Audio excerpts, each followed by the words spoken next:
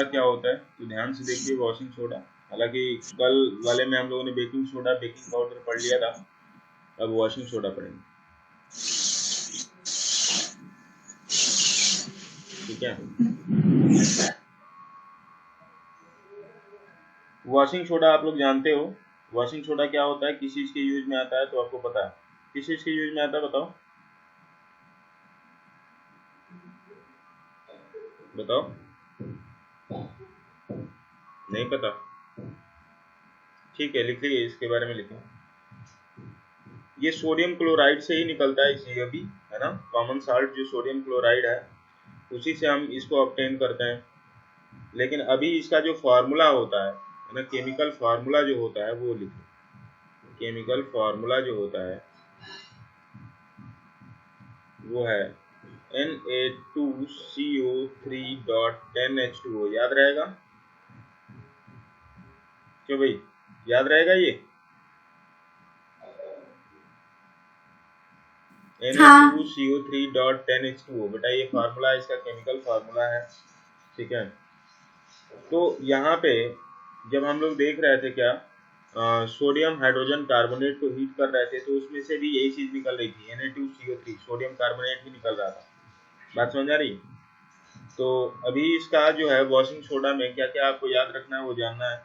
Washing soda का जो formula है Na2CO3.10H2O, कैसे बनता है, तो देखो सिंपल कॉम्बिनेशन रिएक्शन है। Na2CO3 प्लस का 10H2O क्या हमको दे देगा, Na2CO3.10H2O, बस और कुछ नहीं करना है इसमें, ये दिमाग में रख लेना है ना। रिक्रिस्टलाइजेशन, हम क्या बोल रहे हैं इसमें, वॉशिंग सोडा कैसे मिलता है, तो रिक्रिस्टलाइजेशन ऑफ सोडियम कार्बोनेट का रिक्रिस्टलाइजेशन ही हमें क्या मिल जाता है, वॉशिंग सोडा के फॉर्म में मिल जाता है। रिक्रिस्टलाइजेशन ऑफ सोडियम कार्बोनेट, ठीक है, गिव्स वॉशिंग सोडा,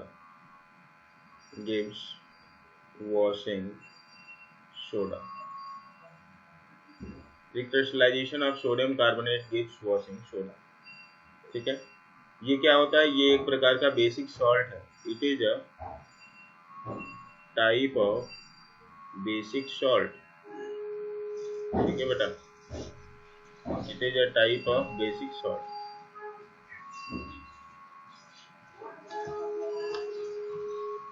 क्लियर है क्या,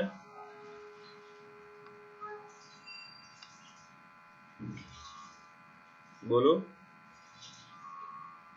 इस चीज को नोट कर लीजिए।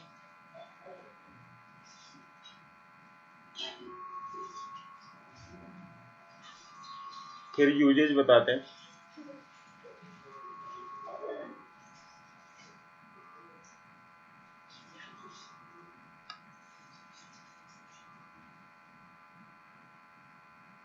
Usage of washing soda, washing soda की यूजेज देखो।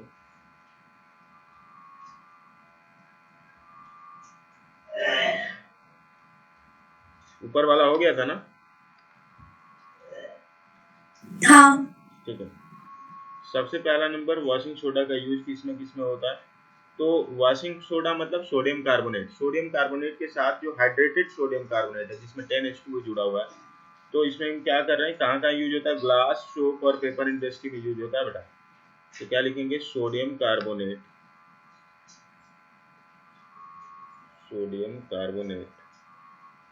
is used in glass, soap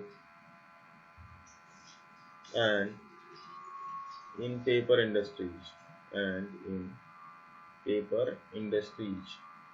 paper industries में यूज होता है। दूसरा यूज क्या है,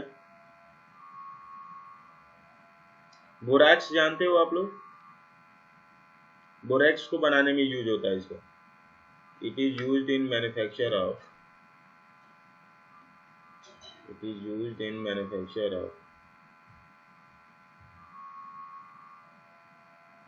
सोडियम कंपाउंड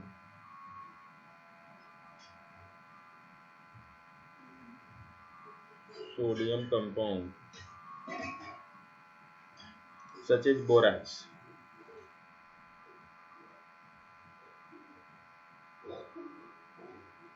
ठीक है, नोट करो इसको।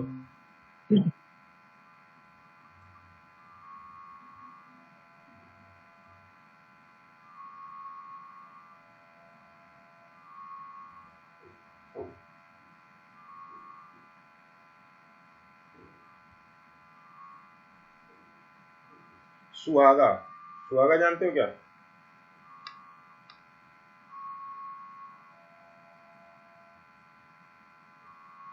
बताओ।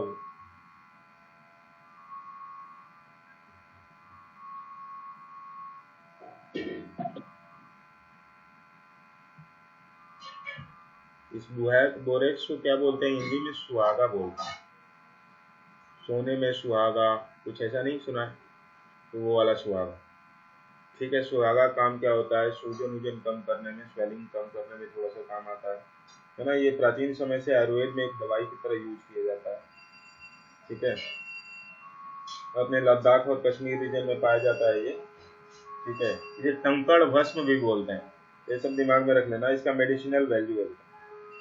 ठीक है ना। रोगाणु रोधी मतलब कि क्या है, ये डिजीज रेजिस्टेंट होते हैं, तो ये चीज दिमाग में रखना। बोरेक्स को बनाने में इसका यूज होता है सोडियम कार्बोनेट का। तीसरा, sodium carbonate can be used as cleansing agent for domestic purpose, है ना।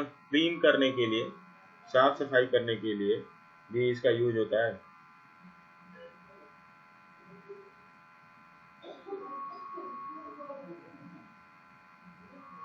Sodium carbonate can be used as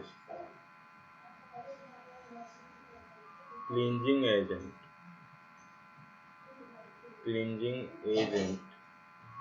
in domestic purposes.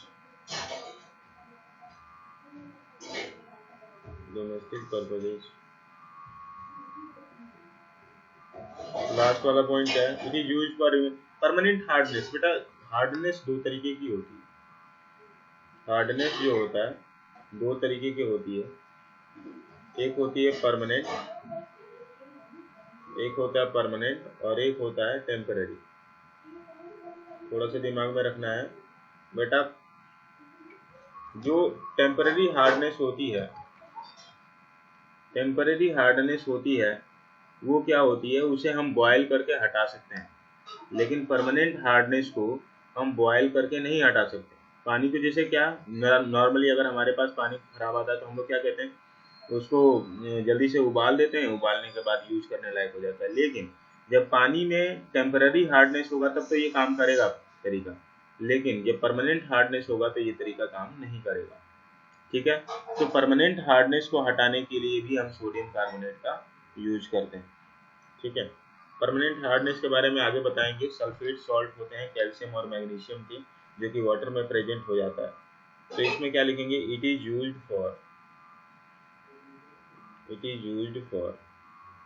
Removing permanent hardness. It is used for removing permanent hardness of water. Permanent hardness को remove करने के लिए भी use करते हैं। ये बात समझ में आ गई क्या? बोलो भाई। ये हम लोगों ने वॉशिंग सोडा पढ़ लिया बेटा, वॉशिंग सोडा पढ़ लिया, उसके फार्मूले जान लिए Na2CO3.10H2O।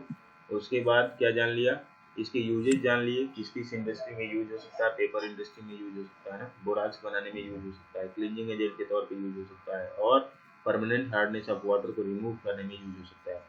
कोई अगर पूछ ले या दिमाग में बात अगर गड़बड़ करने लगे कि यार परमानेंट हार्डनेस होता क्या है, तो यही समझ लो कि परमानेंट हार्डनेस में कैल्शियम और मैग्नीशियम के सल्फेट सॉल्ट जैसे CaSO4 MgSO4 प्रेजेंट है, जिसे हम नॉर्मल बॉइलिंग से नहीं हटा सकते, तो हम क्या यूज करते हैं, Na2CO3 का यूज करते हैं ना, सोडियम कार्बोनेट का यूज करते हैं, जियोलाइट प्रोसेस है, आयन एक्सचेंज प्रोसेस है, ऐसे बहुत सारे प्रोसेजेज हैं जिससे हम परमानेंट हार्डनेस को हटाते हैं।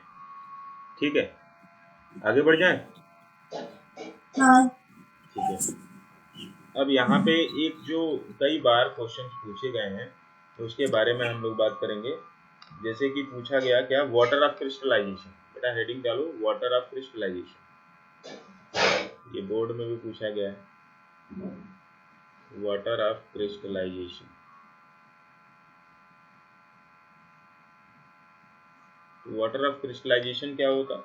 तो सबसे पहला नंबर, ये फार्मूला वाटर होता है जो किसी कंपाउंड के साथ अटैच्ड होता है। फार्मूला वाटर जो किसी कंपाउंड के साथ अटैच्ड होता है, इस चीज को ध्यान में रखना है ना। तो इस चीज को क्या लिखेंगे, water of crystallization is a fixed number of water molecule. Water of crystallization is the fixed number of water molecule,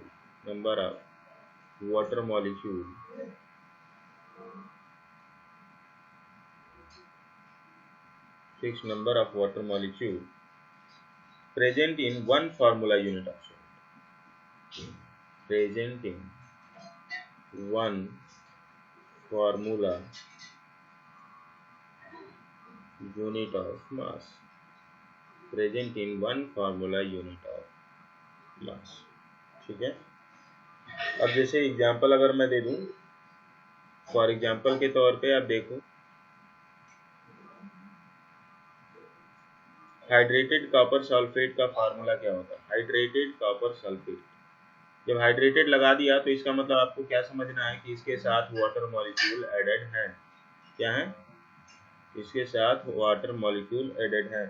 तो इस चीज को क्या लिखेंगे, CuSO4.5H2। क्या? CuSO4.5H2। इसको हम क्या बोलेंगे, हाइड्रेटेड कॉपर सल्फेट। ठीक है। उसके बाद जैसे अगर अभी बात करता हूं मैं, वॉशिंग सोडा का जो फार्मूला था, वॉशिंग सोडा का जो फार्मूला था उसका फार्मूला भी आप लोगों ने क्या पढ़ा, Na2CO3.10H2। ये 10H2O का मतलब क्या है? 10H2O का मतलब क्या है? ये हाइड्रेटेड है, हाइड्रेटेड सोडियम कार्बोनेट। लेकिन क्या ये जो कंपाउंड होगा ये वेट होगा? नहीं, वेट नहीं होगा। This is a formula water, है ना, this is a formula water. जैसे आपका घर बना हुआ है, बिल्डिंग बनी हुई है, तो उस बिल्डिंग में भी जो दीवारों के बीच में, जैसे दो ईंटों के बीच में जो बॉन्डिंग है बेटा, मोर्टार की है ना, एक ईंटा दूसरा ईंटा बीच में जो है ये मोर्टार भरा हुआ है ना। इस मोर्टार में भी फार्मूला वाटर होता है जो कि अटैच है, जो इन दोनों को जोड़े रखने में मदद कर रहा है। अगर ये मोर्टार का फार्मूला वाटर पूरी तरीके से खत्म हो जाए तो ये क्या बन जाएगा, सीमेंट धूल बन जाएगी। बालू वालू जो है, इसमें जो सैंड है, सीमेंट है ना, ये सारी चीजें, और वाटर ही है बाइंडिंग मटेरियल। यहाँ पे अगर वाटर नहीं रहा, मान लो कि ये वाटर खत्म हुआ, तो ये सैंड और सीमेंट अलग अलग हो जाएंगे, धूल बन जाएंगे। तो इसका जो बीच का जो बॉन्ड था, ये बॉन्ड खत्म हो जाएगा बेटा। बॉन्ड खत्म हो जाएगा तो इन ईंटों के बीच में कोई रिलेशनशिप नहीं रहेगा और ये ईंटें आपस में टूट जाएंगी, है ना। ये आपस में अलग अलग आइडेंटिटी हो जाएंगी। जब बॉम्बिंग होती है, एक्सप्लोजन होता है, तो इस चीज को थोड़ा सा समझो कि बॉम्बिंग या एक्सप्लोजन के दौरान क्या होता है, हीट इतनी ज्यादा होती है, इतना ज्यादा हीट प्रोड्यूस होता है कि इसका जो फार्मूला वाटर होता है, जो हमारे दो ईंटों के बीच में है, जो हमारे कंक्रीट मॉलिक्यूल्स के बीच, जैसे मान लो कंक्रीट मॉलिक्यूल्स नहीं, कंक्रीट पार्टिकल्स के बीच में, जैसे तुमने कोई ढलाई की हुई है तो ढलाई की तो गिट्टी बालू सीमेंट, है ना, इस तरीके से है पूरा, इसमें हमने बना दिया ऐसे ऐसे। लेकिन ये सब जुड़े हुए हैं क्यों? क्योंकि इसमें भी फार्मूला वाटर है जो इन सबको बाइंड करके रखा हुआ। टेम्परेचर बढ़ा, फार्मूला वाटर यहाँ से इवापोरेट कर गया, टूट गया, ये 10H2O गायब हो गया, तो ये फिर ये सारी चीजें अलग अलग इंडिविजुअल आइडेंटिटी बन जाएंगी और धूल बन जाएंगी, तो यानी सारा स्ट्रक्चर कोलैप्स कर जाएगा। वर्ल्ड ट्रेड सेंटर जो अमेरिका में गिरा था, है ना, वो क्यों गिरा होगा? तो वहां पे जब ओसामा बिन लादेन ने बॉम्बिंग करी, तो बॉम्बिंग करने से टेम्परेचर बहुत बढ़ गया, पूरे बिल्डिंग का, पूरे स्ट्रक्चर का फार्मूला वाटर खत्म हुआ, इसकी वजह से धूल की तरह वो बिल्डिंग नीचे आई। ठीक है, तो इस चीज को थोड़ा सा समझने वाली बात। ठीक है। जिप्सम की बात करते हैं। अभी आगे हम बात करेंगे प्लास्टर ऑफ पेरिस की। और जिप्सम की, तो चलो ठीक है, प्लास्टर ऑफ पेरिस हेडिंग डाल दो, आगे बढ़े। नोट कर लिया इसको? हाँ। फार्मूला वाटर का बहुत बड़ा रोल है, ठीक है। अभी प्लास्टर ऑफ पेरिस की बात करेंगे। प्लास्टर ऑफ पेरिस और जिप्सम कैसे इंटर रिलेट करते हैं एक दूसरे से, वो भी देखेंगे। प्लास्टर ऑफ पेरिस, ठीक है। तो प्लास्टर ऑफ पेरिस नाम पाया है, जैसे कि लग रहा है कि पेरिस से ही आया होगा, तो हाँ भाई, पेरिस में ही सबसे पहली बार इसका वो हुआ था, ठीक है। इसकी वजह से प्लास्टर ऑफ पेरिस। किस तरीके से इसको हमें मिलता है ये, तो क्या करते हैं, जिप्सम को 373 केल्विन पे हीट कर दें। On heating gypsum at 373 kelvin, 373 kelvin पे अगर हीट करेंगे तो ये क्या करेगा, एक लॉसेज वाटर मॉलिक्यूल, ये वाटर मॉलिक्यूल को क्या करेगा, लॉस करेगा, एक loses water molecule, and become calcium and become calcium sulphate hemihydrate. क्या बोलेंगे, calcium sulphate hemihydrate, calcium sulphate hemihydrate. इसे क्या बोलते हैं बेटा, हेमी का मतलब आधा होता है, हाफ, CaSO4, कैल्शियम सल्फेट हो गया, हेमी मतलब आधा, हाइड्रेट मतलब H2, कैल्शियम सल्फेट हेमीहाइड्रेट। इसको कैसे लिखेंगे, ऐसे। और यही चीज जो है बेटा, इस चीज को ध्यान में रखें, कैल्शियम सल्फेट हेमीहाइड्रेट, तो इसी चीज को क्या बोलेंगे, इसी चीज को हम बोलते हैं plaster of Paris. And this component, ऐसे लिखेंगे, this component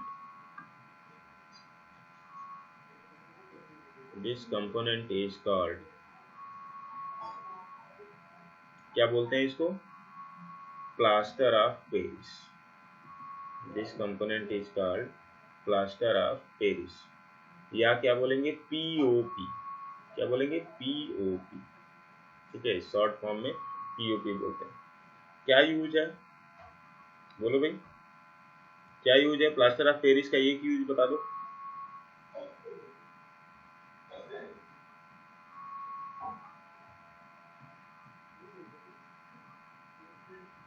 plaster of Paris का एक यूज बताओ भूमि। जब किसी का हाथ टूट जाता है तो लगाते हैं ना, हाँ ताकि हिले ना। हाँ, the doctor use plaster for supporting fractured bone in right position, for supporting fractured bone in right position। टूटे हुए हाथ को सही पोजीशन में रखने के लिए डॉक्टर प्लास्टर करता है ना। तो उसमें जो प्लास्टरिंग के लिए यूज होता है वो क्या यूज होता है, POP, समझ गए। अच्छा ठीक है, ये बात तो POP की हो गई, ठीक है। फिर अगली बात इसमें ये है कि अगर इसी POP में, है ना, इसी POP में पानी मिला दें, और कितना पानी मिला दें, इसी POP में पानी मिला दें 3/2 मोल्स ऑफ H2O मिला दें, तो फिर से क्या बन जाता है, जिप्सम बन जाता है। जिप्सम से ही POP बना, और फिर POP में पानी मिला दें तो क्या बन जाएगा, जिप्सम बन जाएगा। तो इस चीज को थोड़ा सा ध्यान से देखेंगे। यहाँ पे देखो, प्लास्टर ऑफ पेरिस, जिसे मैं POP लिख रहा हूँ, POP is a white powder. POP क्या है, व्हाइट पाउडर है। POP is a white powder, and on mixing with water, अगर इसमें पानी फिर से मिला दे, mixing with water, it changes to gypsum again। ये फिर से किस में बदल जाता है, जिप्सम में बदल जाता है। POP आपके घर में भी आता होगा, घरों में काम लगता है ये भी, पीओपी लोग करवाते हैं जहाँ पे डैम्प वाली एरिया होती है, जहाँ पे मतलब ज़्यादा पानी वानी वाला होता है, पीओपी लगवाते हैं, है ना। या छतों की डिज़ाइन जो होती है ना, छत पे रूफ की जो फ्लारिंग व्लारिंग का डिज़ाइन होता है, तो उसमें भी पीओपी का यूज होता है। On mixing with water it changes to gypsum. तो किस तरीके से इसको दिखाएंगे, देखो अभी हम लोगों ने पीओपी का फार्मूला क्या पढ़ा, कैल्शियम सल्फेट हेमीहाइड्रेट CaSO4.12H2, ये तो पढ़ा, CaSO4.12H2। जब इसको इसी में 3/2 molecule of 3/2 mole of H2O अगर हम मिला दें तो ये क्या बना लेता है, फिर से वही बना लेगा CaSO4.2H2O। और जहाँ पे 2H2O आता है बेटा, जहाँ पे 2H2O आता है उसे हम क्या बोलते हैं बताओ, उसे हम बोलते हैं जिप्सम। क्या बोलते हैं, जिप्सम। जहाँ पे 2H2O आता है उसे हम क्या बोलते हैं, जिप्सम। जहाँ पे हाफ H2O आता है उसे पीओपी बोलते हैं। और यहाँ पे हमने 3/2 पानी मिलाया। तो सिंपल सी बात है, देखो 1/2 और 3/2 अगर आप जोड़ोगे, सिंपल एडिशन हो रही है, 1/2 1/2 3/2 जोड़ोगे तो क्या आएगा 4/2 यानी कि 2। तो रिजल्टिंग मॉलिक्यूल वाटर का कितना आया, कितना 2। ये समझ गए। हाँ। अब यूजेज क्या होते हैं पीओपी के, तो खिलौने बनाने में यूज होता है ना, decoration, making surface smooth, roof flowering, ये सब इसके यूजेज है। चलो मैं लिख देता हूँ इसको, usage of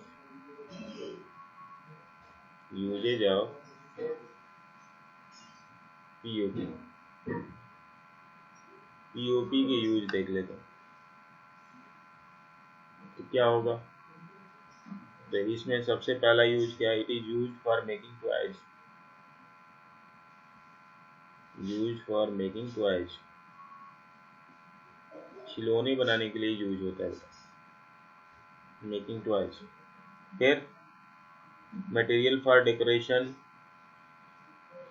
material for decoration, शादी वादी में देखा होगा तुम लोगों ने कि वो अच्छे अच्छे पिलर्स आते हैं ना, खंभे सजाने वजाने के लिए, वो पीओपी का मटेरियल होता है, ठीक है। Material for decoration and for making surface smooth, and for making surface smooth, surface को स्मूथ करने के लिए, सरफेस को चिकना बनाने के लिए, है ना बेटा, ये सारी चीजें हैं। उसके बाद अगली जो चीज बात करेंगे इसमें, जिप्सम का क्या यूज होता है। तो जिप्सम का ऐसे तो कोई मतलब, जिप्सम बोर्ड बनाने में यूज होता है आज के डेट में। पहले लोग जो है फॉल्स सीलिंग कराते थे तो लकड़ियों से कराते थे ना, लकड़ी से होती थी, ग्लास की होती थी। फॉल्स सीलिंग का मतलब जो छतों पे के नीचे लाइट वाइट साउंड लगाने के लिए यूज होता था फॉल्स सीलिंग, अभी भी यूज होता है, लेकिन अब ज़्यादातर लोग जिप्सम बोर्ड का यूज करते हैं। तो यानी कि कुछ यूज इसके भी लिख लेते हैं, uses of gypsum, uses of gypsum. बेटा जिप्सम के पहले यूज में क्या लिखेंगे, it is use for making, it is used as gypsum board, ऐसे लिखो, it is used as gypsum board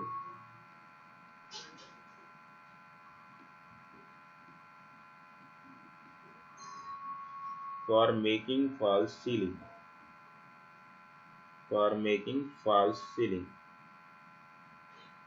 कभी आप हॉस्पिटल में गए हो तो देखे होगे छत में अच्छी अच्छी डिजाइन बनी होती है, ऐसा लगता है कि लकड़ी उकड़ी लगा के सेट कर दिया, वो लकड़ी नहीं होता है, वो जिप्सम बोर्ड होता है ना, वाइट कलर का या जैसा भी कलर का पेंट कर दिया जाता है।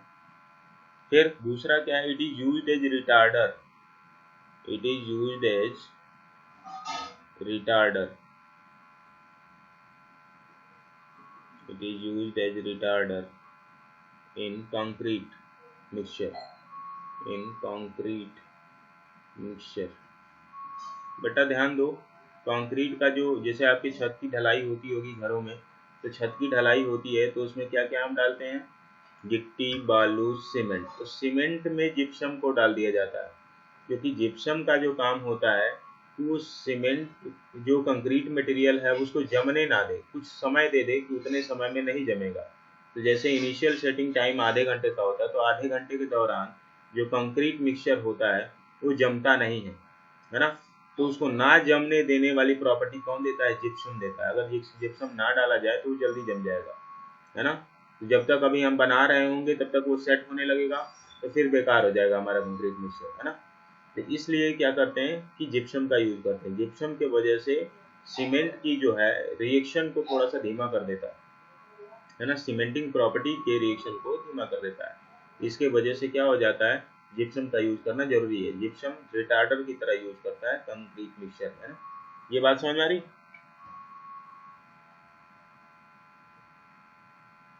चलो अब कुछ क्वेश्चन करते हैं, कुछ क्वेश्चन करते हैं, देखते हैं आप लोग क्या क्या बताते हो। तान्या जवाब देने के लिए तैयार? बोलो। हाँ भैया। हाँ। हाँ, तो जवाब देने के लिए तैयार रहना, ठीक है भाई। चलो कुछ क्वेश्चन देख,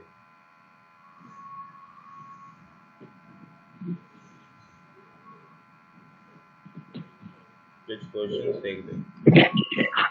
पहला क्वेश्चन है कॉमन नेम ऑफ CaOCl2, बताओ भाई। कॉमन नेम ऑफ CaOCl2 बताओ।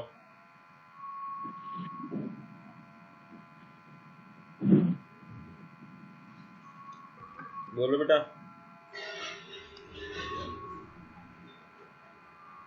भूमि, हाँ। इसका नाम बताओ। कॉमन नेम क्या होता है CaOCl2 का? ब्लीचिंग। ब्लीचिंग पाउडर, बिल्कुल सही जवाब। क्या होगा? Bleaching powder. डरा मत करो, धड़ से बोलो। और इसका साइंटिफिक नाम क्या होगा या केमिकल नेम क्या होगा बताओ? केमिकल नेम क्या होगा?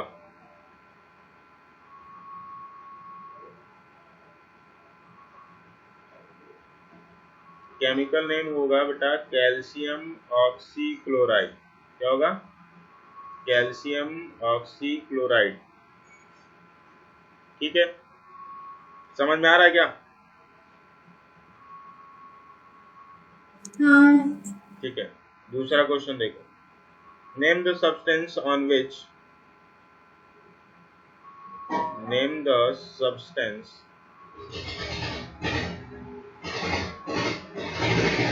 on which treatment with chlorine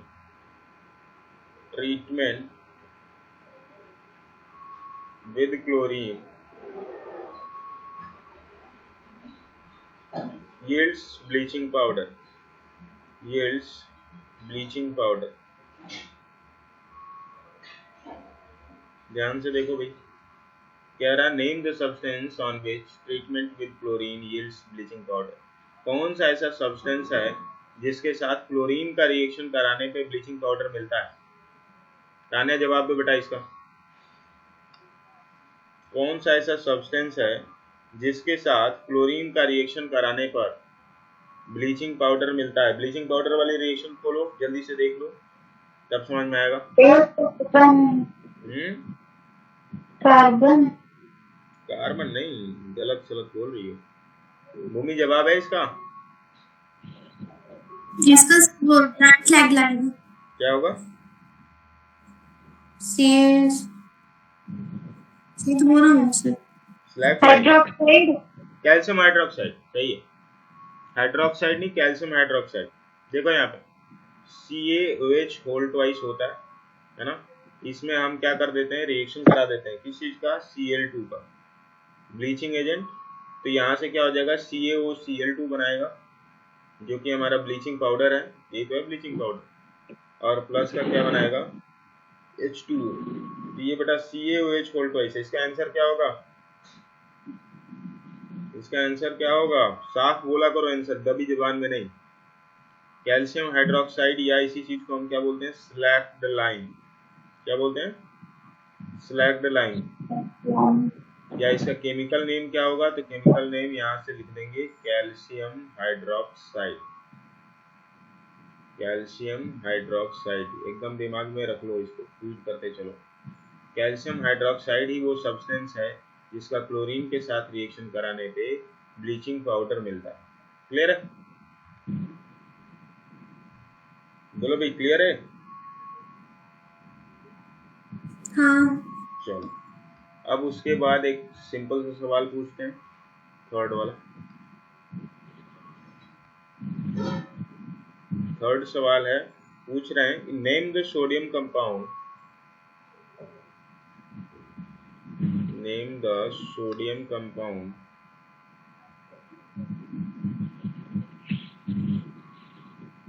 which is used for softening hard water, which is used for softening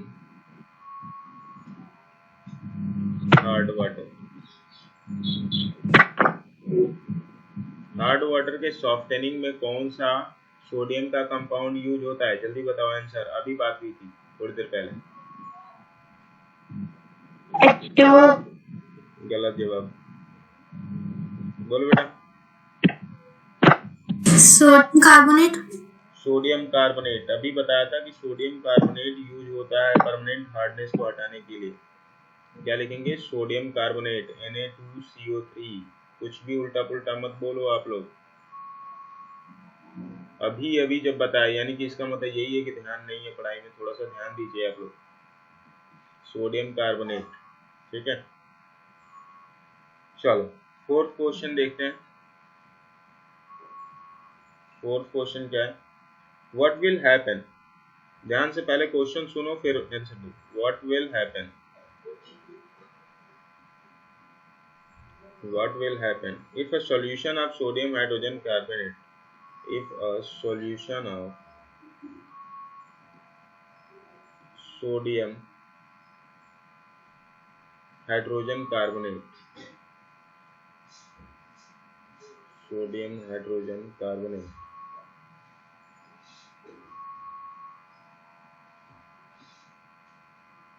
is heated,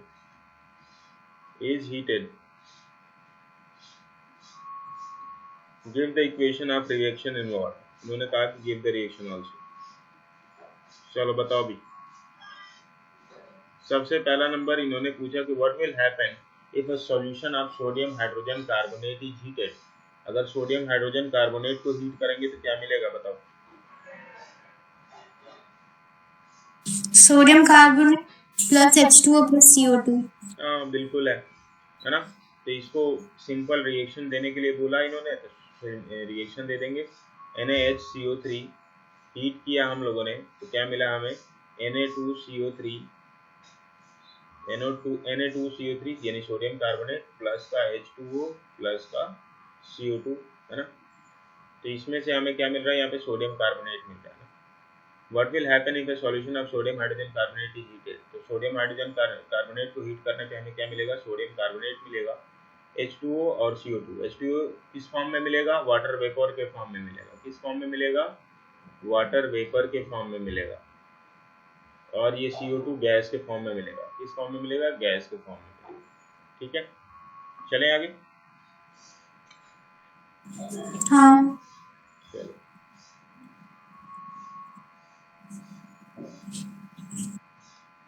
पांचवा क्वेश्चन है इसमें।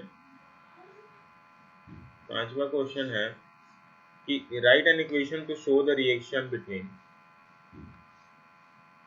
Right an equation to show the reaction between, to show the reaction between plaster of Paris and water, POP and water। POP का formula बताओ।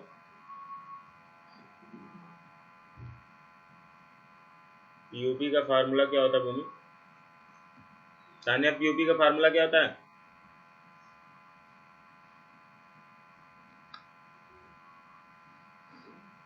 जवाब दो बेटा।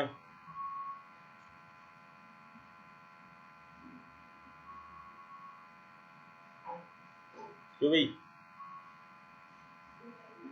कहाँ गायब हो गए आप लोग? मैं बोलूं? बोलो, मैं इंतजार ही कर रहा हूँ।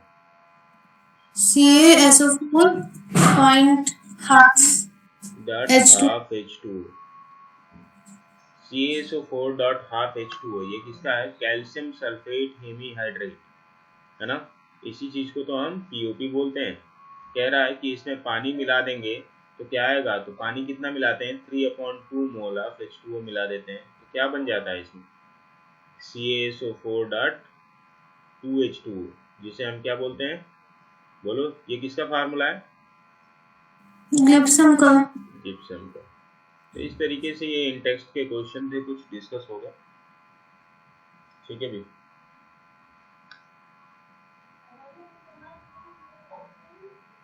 यहाँ पे अगला क्वेश्चन देखो, कुछ क्वेश्चन दिया हुआ, जैसे 4th वाला क्वेश्चन दिया है। अच्छा, ये एक्सरसाइज का है, कुछ बीच बीच से क्वेश्चन करा रहे हैं और आप लोगों को खुद करना है घर से।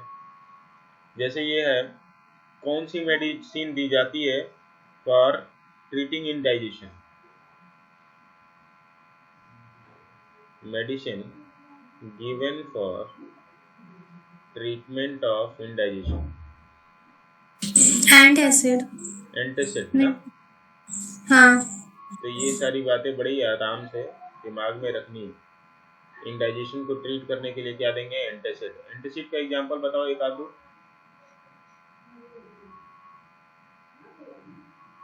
एंटासिड का एग्जांपल बताओ एक दो।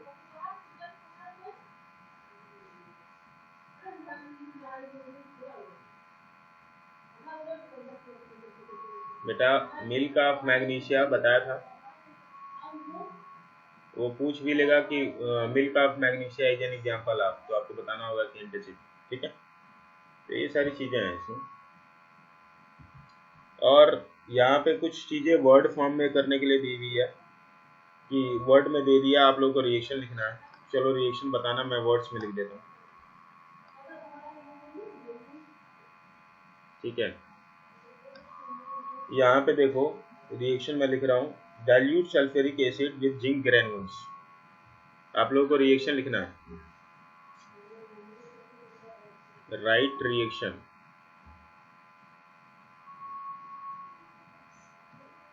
dilute sulfuric acid,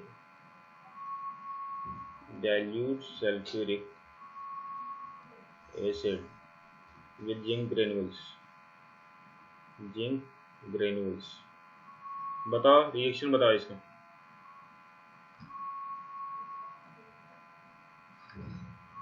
क्या होगा इसका रिएक्शन।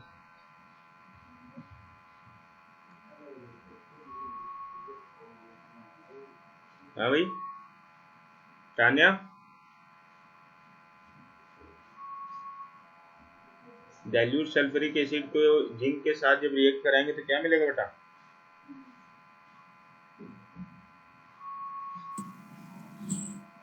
ये क्या बोलते हैं, 2SO4 plus zinc H2SO4 plus zinc, तो क्या बना देगा,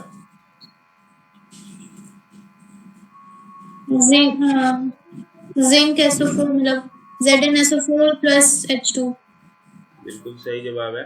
ये कौन सा रिएक्शन है, ये कौन सी रिएक्शन है, डिस्प्लेसमेंट रिएक्शन है। ये डिस्प्लेसमेंट रिएक्शन, ठीक है। तो इस तरीके से इसमें हम रिएक्शन बना सकते हैं बड़े आराम से। अगर मैं बोलूं कि आपको रिएक्शन बताना है, dilute sulphuric acid with aluminium, dilute sulphuric acid with aluminium, aluminium के साथ, बताओ भाई।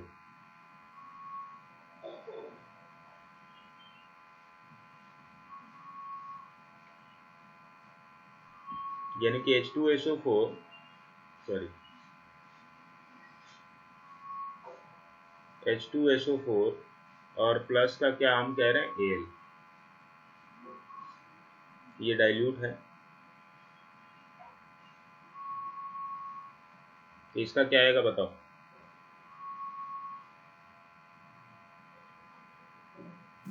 Al2 तो ब्रैकेट में 3 प्लस H2। क्या आएगा? Al2SO4 होल थ्राइस और प्लस का H2। बहुत सिंपल है, एल्यूमिनियम है, ये SO4 है, SO4 की वैलेंसी हम लोग जानते हैं 2 माइनस, और एल्यूमिनियम का क्या जानते हैं 3 प्लस। तो ये 3 प्लस किसके साथ चला जाएगा? इसके साथ, ये 2 इधर आ जाएगा। Al2SO4 होल थ्राइस प्लस का H2, ये क्या हो जाएगा? गैस। तो इस तरीके से क्वेश्चन आपके पास पूछे जाएंगे। अच्छा, यहाँ पे एक क्वेश्चन और पूछा हुआ है, बीच बीच से क्वेश्चन उठा रहा हूँ और बाकी सारे क्वेश्चन आप लोग होमवर्क करना, ठीक है। यहाँ पे क्वेश्चन दिया हुआ है, question number 7, why does distilled water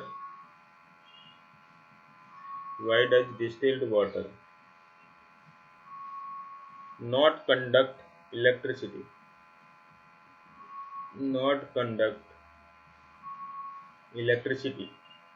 बताइए, why does distilled water not conduct electricity? क्या जवाब है इसका? डिस्टिल्ड वाटर इलेक्ट्रिसिटी कंडक्ट क्यों नहीं करता?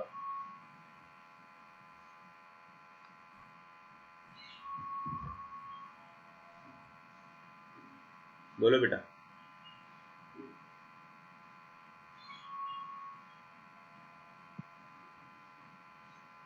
इसका सिंपल सा जवाब है, बिकॉज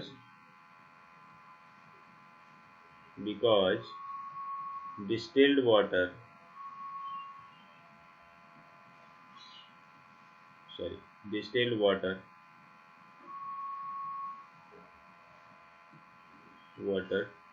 do not ionize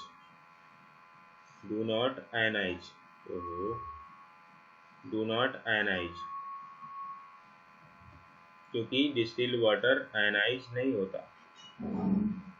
जब तक ये आयनाइज नहीं होगा तो प्लस माइनस नहीं बनेगा तो चार्ज कौन कैरी करेगा? बात समझ आ रही? तो इसका एक सिंपल सा जवाब है कि ये आयनाइज ही नहीं होता, चार्ज्ड पार्टिकल फॉर्म ही नहीं होता। जब चार्ज पार्टिकल फॉर्म नहीं होगा तो इलेक्ट्रिसिटी कौन कैरी करेगा? Where we are going to provide online live interactive classes for our student, and this is our utmost excitement to teach student in such a manner where he can ask his queries instantly, and we are also ensuring that he is studying or not. So if you want to join this, you can visit our website www.mydstutorial.com. Here I am going to give you a demo where you can get all the information regarding the admission and what we are, where we are located. Then you can get the full information about us.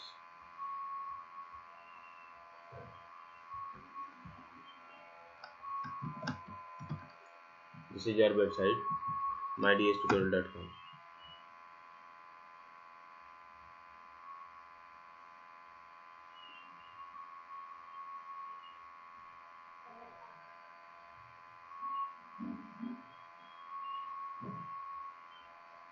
This is our website. You can access this website and get full information about us. Here plans and pricing are given. There is very nominal fees set so that each and every section of society can afford. Here we are providing classes for a class 8 to 12. Plans and pricing are very much promising if you compare with other online live class providers. So here we have set very nominal fees for our students. You can join us. You can contact us on this number 8707069171 or WhatsApp me at 9839573876.